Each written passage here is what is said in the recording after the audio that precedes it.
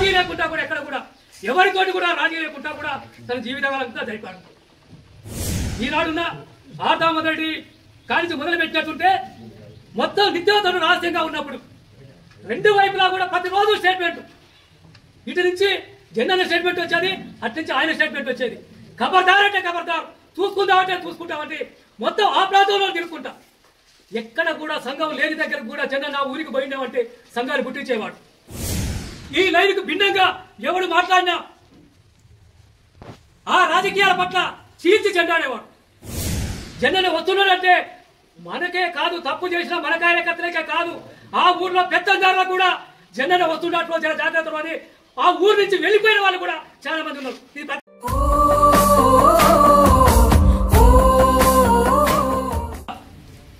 ఆప్యాయంగా పలకరించేవాడు. సమస్య ఏ గ్రామంలో ఉందో ఆ గ్రామానికి అప్పటికప్పుడు హాజరయ్యేవాడు. అందుకనే ఉమ్మడి నల్లగొండ జిల్లా వ్యాప్తికంగా జెండన్న గురించి మాట్లాడని వారు, జెండన్న గురించి తెలియని వాళ్ళు ఎవరు ఉండరు. అనేక మంది కూడా జెండన్న మా ఊరికి ఎప్పుడు వస్తున్నాడని ఎప్పుడు ఎదురు చూసేవాళ్ళు. ఆ ఊరికి వచ్చిన తర్వాత కూడా ఇంకొక రోజు ఉంటే బాగుండు అనుకునేవాళ్ళు తప్ప కానీ ఇతను వెళ్ళిపోతే బాగుండు అనుకున్నది ఏ ఊరిని కూడా నేను చూడలేదు. ఇక ఒక 25 సంవత్సరాలు తనతోటి లేచిన కాచి పడుకున్న దాకా మీ ఇద్దరం కలిసి ఉన్నాం. తన బాధలేందో, తన ఇబ్బందులేందో, తన కష్టాలేందో, తన అనారోగ్యంతో ఎట్లా ఉన్నాడో ప్రత్యక్షంగా చూసిన వాళ్ళం. అందులో మా మధ్యన అనేక సందర్భాల్లో కూడా మేము మాట్లాడుకున్న సందర్భం లోపట ఆ ఊర్లో ఘర్షణ జరుగుతుంది, లేదా ఆ ఊర్లో మన పార్టీలోనూ కూడా కొంత సంక్షోభం ఉన్నది, అర్జెంటుగా మనం ఆ ఊరికి పోవాలి, అక్కడ సమస్య పరిష్కరించాలి. శత్రువు మన కార్యకర్తల మీద దాడి చేయడానికి సిద్ధంగా ఉన్నాడు. అక్కడ మనం ఉంటే ఆ కార్యకర్తలకు భరోసా కల్పించిన వాళ్ళం అవుతాం, వాళ్ళ కంటుగా నిలబడ్డగాలం అవుతాం. అందుకనే సమస్య అయిపోయిన తర్వాత కాదు, ముందే మనం ఉండాలని అర్ధరాత్రి కౌరు వచ్చినా కూడా తెల్లారితారికి ఆ ఊరికి పోయే వాళ్ళం మేము. తను రహస్య జీవితం గడిపిన 14 సంవత్సరాల కాలంలో కూడా ఎన్నడూ రాజీ పడలే. తను ఏ ఒక్కరితోటి కూడా రాజీ పడలే. శత్రువు ఎంత బలంగా ఉన్నా కూడా ఎదుర్కోవడానికి, నిలబడడానికి సిద్ధంగా ఉన్నాడు తప్ప ఎన్నడూ కూడా వెనకడుగు చేసిన చరిత్ర నేను అన్న నుంచి తెచ్చుకోలేదు, చూడాలా నేను. అందుకని తన యొక్క త్యాగనిర్తి ఇవాళ ఒక ఉమ్మడి నల్లగొండ జిల్లాకే పరిమితం కాకుండా మొత్తం రాష్ట్ర ఉద్యమంలో కూడా ఈ ఉద్యమాలు మరింతగా ముందుకు ఎట్లా తీసుకుపోవాలి, ఈ ఉద్యమాలు నిర్మించడంలో ప్రజలు ఈ ఉద్యమంలో ఎట్లా భాగస్వామ్యం చేయాలి, శత్రువు వెంటాడుతున్నప్పుడు ఎట్లా మనం తప్పించుకొచ్చేట్టు ఉండాలి, అనేక విషయాల మీద చర్చలు జరిగాయి. అందులో భాగంగానే ఇంతకుముందు చెప్పినట్టు చీలికలు వస్తున్నప్పుడు కూడా తాను చాలా సీరియస్ గా ఉండేవాడు. ఉమ్మడి నల్లగొండ జిల్లాలో కాబట్టి చంద్రపుల్లాడి రూపొందించిన ప్రతిఘటన పోరాట లైన్ తూచా తప్పకుండా చివరి వరకు చనిపోయేంత వరకు కూడా అమలు చేసిన త్యాగదవుడు కామ్రేడ్ జెండన్న. ఈ లైన్కు భిన్నంగా ఎవడు మాట్లాడినా ఆ రాజకీయాల పట్ల చీల్చి చెండాడేవాడు. ఇక్కడ మీరు స్వయంగా తనతో ఉన్నాం కాబట్టి ఎక్కడ ఏ చిన్న డిస్టర్బ్ జరిగినా కూడా, అందుకని ఉమ్మడి నల్లగొండ జిల్లాలో మొదటి నుంచి కూడా చూసుకుంటూ వచ్చినా కూడా చిన్న చిన్న డిస్టర్బ్లు జరిగినా కూడా వెంటనే వాళ్ళు కూర్చొని ఆ గ్రామాలన్నీ కూడా సరి చేసుకునే వాళ్ళు. కొంతమంది తప్పుడాడుగు లేచినా కూడా ఎమ్మటే మళ్ళా చూసుకొని అయ్యో మేము ఇట్లా పోయినాం కాదని మళ్ళీ పార్టీలోకి వచ్చారు.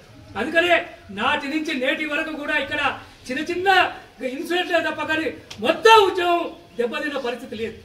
ఇక్కడ లైన్ ఇంప్లిమెంటేషన్ చేస్తున్నారు కాబట్టి ఆ పోరాట లైన్ ముందుకు తీసుకుపోవడానికి ఎట్లా దీన్ని ముందుకు తీసుకుపోవాలని దాని మీద చర్చ జరుగుతున్న సందర్భంలో పట్ల ప్రజల కండగా నిలబడ్డాడు, పార్టీ నిలబెట్టడంలో అర్థమాగానే ఉన్నాడు. ఏది ఏమైనా కూడా ప్రజల యొక్క మౌలిక సమస్యల పరిష్కారం కావాలంటే అది పోరాటాల ద్వారానే సాధ్యమవుతుంది. కాబట్టి ప్రజల్ని ఆ పోరాటాల వైపు ఆలోచింపజేయాలి, ప్రజల్ని ఆ వైపుగా ప్రయాణం చేయడానికి ఏ విధ దక్షిణ కర్తవ్యాలు రూపొందించుకోవాలని నిరంతరం పరితపించేవాడు. అందుకనే రాజీ లేకుండా కూడా ఎక్కడ కూడా ఎవరితోటి కూడా రాజీ లేకుండా కూడా తన జీవితాలంతా జరిపాడు. ఈనాడున్న ఆర్దామరెడ్డి కానించి మొదలు పెట్టినట్టుంటే మొత్తం నిత్యం తను రహస్యంగా ఉన్నప్పుడు రెండు వైపులా కూడా ప్రతిరోజు స్టేట్మెంట్, ఇటు నుంచి జెండా స్టేట్మెంట్ వచ్చేది, అటు నుంచి ఆయన స్టేట్మెంట్ వచ్చేది. ఖబర్దార్ అంటే ఖబర్దార్, చూసుకుంటామంటే మొత్తం ఆ ప్రాంతంలో తిరుక్కుంటా. ఎక్కడ కూడా సంఘం లేని దగ్గరకు కూడా జన్న నా ఊరికి పోయిండేమంటే సంఘాన్ని గుర్తించేవాడు. జన్ననే వస్తున్నాడంటే మనకే కాదు, తప్పు చేసిన మన కార్యకర్తలకే కాదు, ఆ ఊర్లో పెత్తందారులకు కూడా జన్ననే వస్తున్నట్లు జర జాగ్రత్తలు అని ఆ ఊరు నుంచి వెళ్ళిపోయిన వాళ్ళు కూడా చాలా మంది ఉన్నారు. ఇది ప్రత్యక్షంగా నేను చూశాను. ఎందుకంటే ఆ ఉద్యమానికి దాన్ని నిలబడి ముందు అగ్రభాగం నిలబడ్డాడు కాబట్టి, అందుకని రాజీ లేకుండా తన జీవితం అంతా కొనసాగించాడు.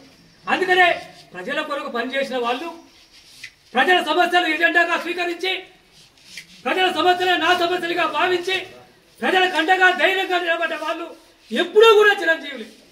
కమ్యూనిటీ జగనన్న చచ్చిపోయి 4 ఏళ్ళు అనుకుంటున్నాం, కానీ 4 రోజులు కూడా కాదనుకుంటున్నా. ఈ ఉద్యమానికి ఇప్పటికీ కూడా మాకు ఒక వేగు చుక్కలాగా తను పనిచేస్తుండ అనుకుంటున్నాం. మా ఉద్యమాలకు తనే దారి చూపిస్తుండ అనుకుంటున్నాం. ఎందుకంటే మేమంతా ఆయన కింద ఉన్నవాళ్ళం. తను నేర్పిన రాజకీయాలు నేర్చుకొని మేము ఉంటున్నాం. తను చూపిన బాటలో మేము ప్రయాణాన్ని కొనసాగిస్తున్నాం. ఆ ఇబ్బందులను నేను ప్రత్యక్షంగా చూసిన వాళ్ళం. అందుకని కామ్రేడ్ జగనన్న ఏ లక్ష్యాన్నైతే పరిపూర్తి చేయడానికి ఒక దోపిడీ, పీడన, అణచివేతలు లేని రాజ్యం కావాలని కలలుగన్నాడో ఆ రాజ్యం వచ్చే దగ్గర కూడా కొట్లాడనే అతనికి వచ్చే నిజమైన నివాళి అవుతుంది. అందుకని మా జెండా నుంటే బాగుండు, మా జెండా నుంటే బాగుండని కాదు. ఆ జెండాను దేని కొరకు కొట్లాడిండో అది స్వీకరిద్దాం మనం. ఆ ఉద్యమాలను తీవ్రతరం చేద్దాం మనం. ఆ ఉద్యమంలో ప్రజల్ని భాగస్వామ్యం చేద్దాం మనం. ఒకనాడు భూ పోరాటాలు కానీ, ఇళ్ల స్థలాల పోరాటాలు కానీ, గిట్టుబాటు ధరల పోరాటాలు కానీ, మార్కెట్ సమస్య పోరాటాలు కానీ ప్రతి ఉద్యమంలో కూడా ప్రత్యక్ష పాత్ర వహించాడు. అందుకనే కామ్రేడ్ జగనన్న ఉమ్మడి నల్లగొండ జిల్లా ఉద్యమానికి ఒక ఐకాన్ లాంటి వాడు. ఏ ఊరకు పోయినా కూడా, ఏ వాడకు పోయినా, ఏ గ్రామానికి పోయినా కూడా తన గురించి కథలుగా చెప్పుకుంటున్న పరిస్థితి. అందుకే కామ్రేడ్ జగనన్న ఎంతకాలమైనా కూడా ప్రజల యొక్క మౌలిక సమస్యలు పరిష్కారం అయ్యేంత వరకు జరిగే పోరాటాలలో తన పాత్ర సజీవంగానే ఉంటారు. అందుకని ఇవాళ రాష్ట్రంలో చూసినా, కేంద్రంలో చూసినా కూడా ఈ దేశంలో ఇంతకుముందే బీకార్ చెప్పినట్టు 2026 మార్చి వరకు ఈ దేశంలో నక్సలైట్లు ఉండకుండా చేస్తా అని చెప్పాడు. వాడు కాదా వాడు అబ్బ వచ్చినా కూడా ఈ సమస్యను నక్సలైట్ లేకుండా చేస్తానని అనుకున్నాను. ఇప్పటికి మట్ల కలిసి తప్ప కానీ ఈ సమస్య మాత్రం అట్లాగానే ఉంటది. ఎందుకంటే ఇది ఒక రాజకీయ సమస్య, ఒక ఆర్థిక సమస్య, ఒక సామాజిక సమస్య. ఇది ప్రజలతో ముడిపడి ఉన్న సమస్య. నక్సలైట్ల సమస్యలు ఈ మంచి సమస్యలే. దున్నేవారికి భూమి కావాలన్నది అది సరైన సమస్య. అది నక్సలైట్ల ఎజెండా కరెక్ట్ అయిన ఎజెండా అని మీరే మాట్లాడతారు. అధికారంలో ఉన్న వాళ్ళు